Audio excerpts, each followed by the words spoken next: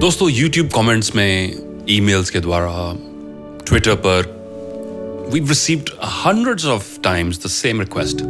Sir, how do I improve the tone of my voice? Okay, how can I use my voice more effectively? And I thank you for all the wonderful compliments that you've given me about my voice. And let me just share here, I was never aware about it. 11 years I spent in the hospitality industry. I wouldn't walk up to a guest and ask, have a sound like this and say, "Good morning, how are you today?" That would sound funny. So it was only when I started doing what I'm doing now that I think my voice also changed. So the first thing that you got to keep in mind is when you take on a new mission, something that is entirely new to you, you're not only going to have mental changes, thought process changes, but also physical changes. I think my vocal cords became stronger, my voice became deeper, and 11 years of speaking on stage in front of camera as a motivational speaker, as a coach, answering your questions, talking about different issues, my voice has also changed in the process. काफ़ी लोगों ने ये भी complement काफ़ी बार दिया है कि even YouTube पर भी सर्च होती रहती है पोएट सिमरजीत सिंह। तो मैंने अभी तक कोई कविता मेरी अपनी क्रिएशन नहीं है।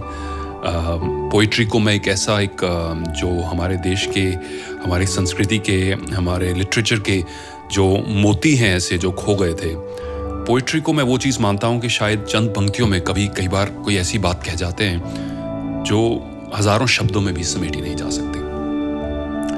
तो द इफेक्टिवनेस ऑफ पोइट्री कि कैसे वो रूह को छू जाती है, आदमी के जहन को छू जाती है, हमें हिला देती है, हमें मोटिवेट करती है चंद शब्दों में। तो इसी से मेरी इंट्रोडक्शन पोइट्री से हुई।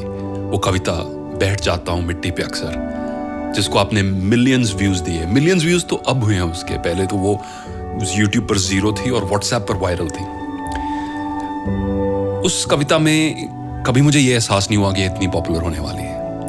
आज भी अगर आप जाकर उस वीडियो को दोबारा से देखेंगे तो उस वीडियो फुटेज में एज सच ना मेरा नाम कहीं आता है, ना हमारी वेबसाइट कहीं आती है।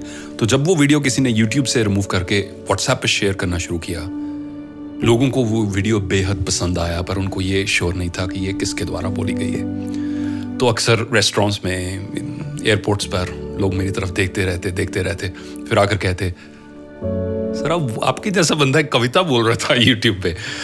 तो मैंने कई बार उनको बोला, मुझे भी दिखाओ कौन है मेरे जैसा बंदा। तो ये मजाक चलता रहता, अक्सर उनको श्योरिटी नहीं होती कौन हूँ मैं। तो हमें अंदाज़ा नहीं था कि वो वीडियो इतना पॉपुलर होने वाला है।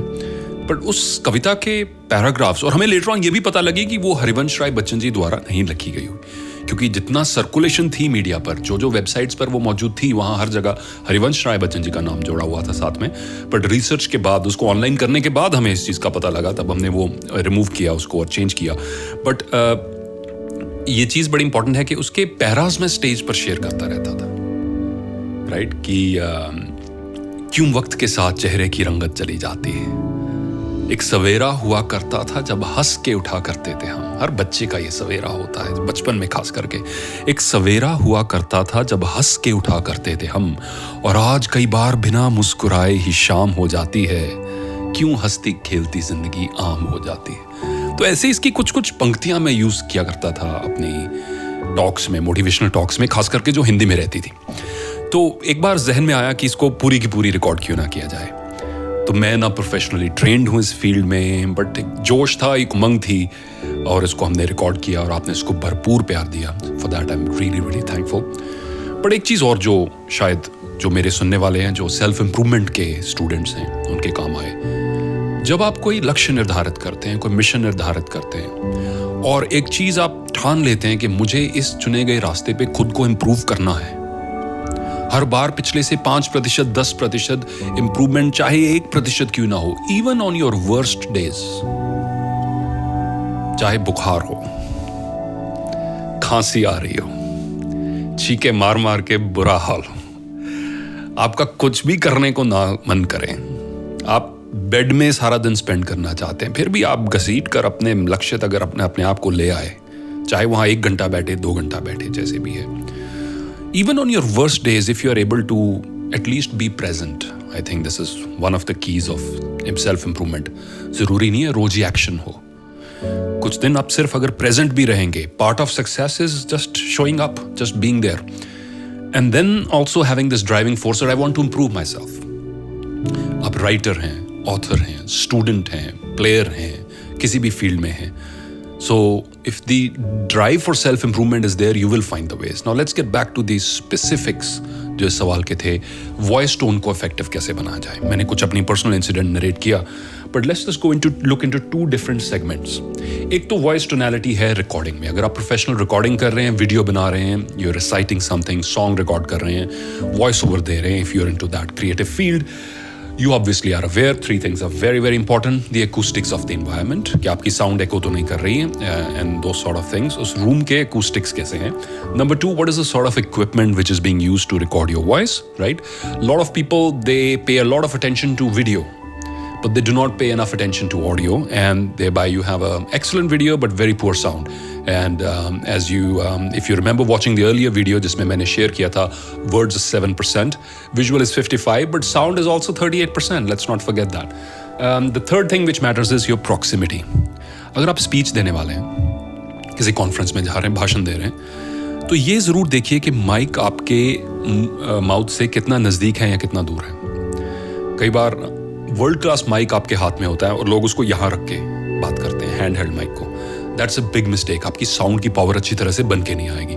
So you have to, I give a little tip which is keep your, ये मुझे जैक कैनफील्ड ने दिया था, जिनका ट्रेन द ट्रेनर प्रोग्राम मैं एरिज़ोना यूनाइटेड स्टेट्स में अटेंड करके आया. बहुत कुछ सीखा, पर एक सिंपल सी चीज़ जो मुझे मालूम नहीं था कि 5-6 साल में गलत कर रहा था, कि hand held mic world class quality का पकड़ के उसको यूजुअली इस डिस्टेंस पे होल्ड कर रहा था. सो उसका जो माइक बहुत सेंसिटिव होता है, उसका डिस्टेंस मेरे माउथ से काफ़ी ज़्यादा था, वो साउंड की वो पावर नहीं बन के आती थी. एज सून एज वो सेम माइक मैंने अपने चिन पर लगाया और फिर बोलना शुरू किया, the impact of the sound was 3 times. Because ये इक्विपमेंट बहुत सेंसिटिव होता है. सो इट्स वेरी इंपॉर्टेंट कि आप साउंड चेक करें. अगर आपको स्पीच देनी है, प्रेजेंटेशन देनी है, go in there half an hour earlier, उनके ऑडियो वीडियो विजुअल टेक्नीशियन को बुलाएं और साउंड चेक करें. ठीक है, एको तो नहीं है, आपकी हाई पिच साउंड तो नहीं आ रही, और आपका इक्विपमेंट आपके किस तरह से आपको यूज करना है. This is really really important. Please don't overlook it if you are a professional presenter, creative director, जिस भी आप फील्ड में. दूसरा आते हैं, क्योंकि सब लोग रिकॉर्डिंग में नहीं होंगे, नॉर्मल एनवायरनमेंट में. नॉर्मल एनवायरनमेंट, लेट्स से मुझे क्लास में कुछ बोलना है, मुझे इंटरव्यू में कुछ बोलना है, I practice a very simple technique. It's called belly breathing. Okay, जब हम ब्रीद करते हैं, it can fall into 2 categories. Normal breathing is shallow chest breathing, which is we're only filling up our part of our lungs here. Belly breathing is I'm filling up my belly with breath, and I'm storing all my breath in my belly. इसके 2 फायदे होंगे. एक तो आपकी sound deep आएगी, and second आपका सांस फूलेगा नहीं, यानी आप एक लंबा सेंटेंस बिना सांस लिए कंप्लीट कर सकते हैं, बिकॉज एक्सलेशन के लिए काफी ऑक्सीजन आपने पहले से इकट्ठा कर लिया. So belly breathing is very very important. अब इंटरव्यू में आप ये नहीं वहाँ इंटरव्यू में बैठे बाबा रामदेव की तरह शुरू हो जाएं इंटरव्यूअर के सामने. That's not practical. But interview होने से पहले अगर आप इसको प्रैक्टिस करेंगे तो आप इसको दूसरा व्यक्ति नोटिस भी नहीं कर पाएगा कि कब आप बेली ब्रीदिंग कर रहे हैं. It's a very simple shift. Shallow chest breathing से बेली ब्रीदिंग तक आएंगे आप, तो आपकी पूरी बॉडी को भी बेनिफिट होने वाला है, पर सबसे ज़्यादा बेनिफिट आपकी वॉइस टोन को होने वाला है. Because when you are speaking from the shallow chest breathing, आपके sentences short रहते हैं, आपकी pitch high रहती है. When you are speaking from the belly, and that is when आप ये visualize करके चलें कि जो मेरी आवाज़ निकल रही है, ये मेरी belly से निकल रही है, right? Chest से नहीं निकल रही. So the sound is going to be deeper, richer, and more effective. The next very critical component in improving the quality of your sound tone, of your voice tone, is effectively using pauses. कई बार हम इतने उत्सुक होते हैं कि इस चीज़ को share करने के लिए कि हम इतनी स्पीड पर बोलते हैं, उससे हमारी पिच हाई हो जाती है, आवाज़ तीखी हो जाती है, जल्दी हमारा सांस फूल जाता है, and that's the reason because हम पॉजेज नहीं ले रहे. Slow down. That's my tip to you, to anyone who wants to improve their communication skills and vocal voice tonality skills. Slow a little bit down, because आदमी की बोलने की क्षमता कई गुना ज्यादा है उसकी सुनने की क्षमता से. मैं ये रिपीट कर देता हूं, व्यक्ति की बोलने की क्षमता उसकी सुनने की क्षमता से कई गुना ज्यादा है. यानी आप जब हम बात करते हैं, हम काफी फास्ट बात कर सकते हैं, पर जब हमें कोई चीज समझनी हो और अंडरस्टैंड करनी हो, वो एक मीडियम स्पीड पर होती है.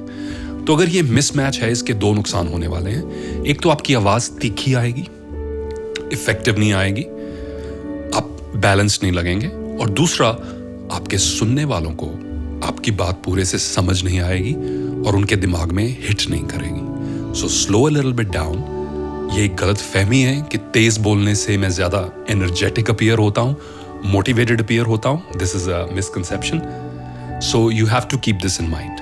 Before I close this video, I'm going to give you my viewers a few practical tips. मैं आपको कुछ practical tips देना चाहता हूँ। एक तो मैंने belly breathing के बारे में आपको बताया ऑलरेडी, pauses के बारे में बताया, equipment अगर आप यूज़ कर रहे हैं, चाहे माइक यूज़ कर रहे हैं, उसकी proximity के बारे में बताया, उसको टेस्ट कर लें पहले से, इसके बारे में बताया। बट एक जो सबसे अहम चीज़ है, जो इन सब का ग्रैंड डैडी है, वो है सेल्फ अवेयरनेस। दैट इज, इस चीज़ के बारे में आप और थोड़े कॉन्शियस हों, ओवर कॉन्शियस नहीं बट कॉन्शियस हों कि जब मैं बोलता हूँ तो सुनने वाले को कैसे लगता है। उसके लिए बेस्ट टूल्स हैं आपके पॉकेट में, आपके फोन्स, उस पर रिकॉर्ड करें, सुने मेरी आवाज़ कैसे लग रही है। अगर आपको ज़्यादा जुनून है, ज़्यादा पैशन है, आपके शहर में कोई साउंड एडिटिंग स्टूडियो होगा, उनके पास प्रोफेशनल स्पीकर्स होंगे, उनके पास ले जाएं और वहाँ सुने अब मेरी साउंड कैसे लग रही है, वहाँ फिर से प्रैक्टिस करें। Self awareness is going to be the की।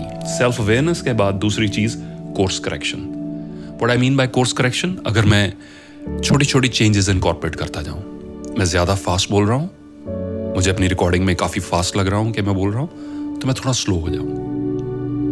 मैं सेंटेंस खत्म होने के बाद या कुछ इंपॉर्टेंट पॉइंट बोलने के बाद पॉजेस नहीं दे रहा हूं, तो मैं पॉजेस इनकॉर्पोरेट करना शुरू करूं। मेरी आवाज़ में शार्पनेस ज़्यादा है, तीखा ज़्यादा है मेरी साउंड, तो उसको मैं कैसे बेली ब्रीदिंग के साथ डीपर कैसे लेकर आऊँ। These are sort of the things. And at the end of this entire thing, ये याद रखें, your sound tone must be relevant to the environment that you're in. Okay? आप एक deep husky voice जो शायद किसी play में, theatre में या किसी रिकॉर्डिंग में जो appealing हो सकती है, वो day to day setting में शायद awkward लगेगी. So just keep in mind, your sound tone must be relevant according to the environment you're in. Right, अगर आप प्रोफेशनल एनवायरनमेंट में हैं, इंटरव्यू में हैं, टीवी स्टूडियो में हैं, यूट्यूब स्टूडियो में हैं या किसी और जगह पर हैं, then it's really important that आप उस तरह की साउंड की कोशिश करें to sound in a particular way.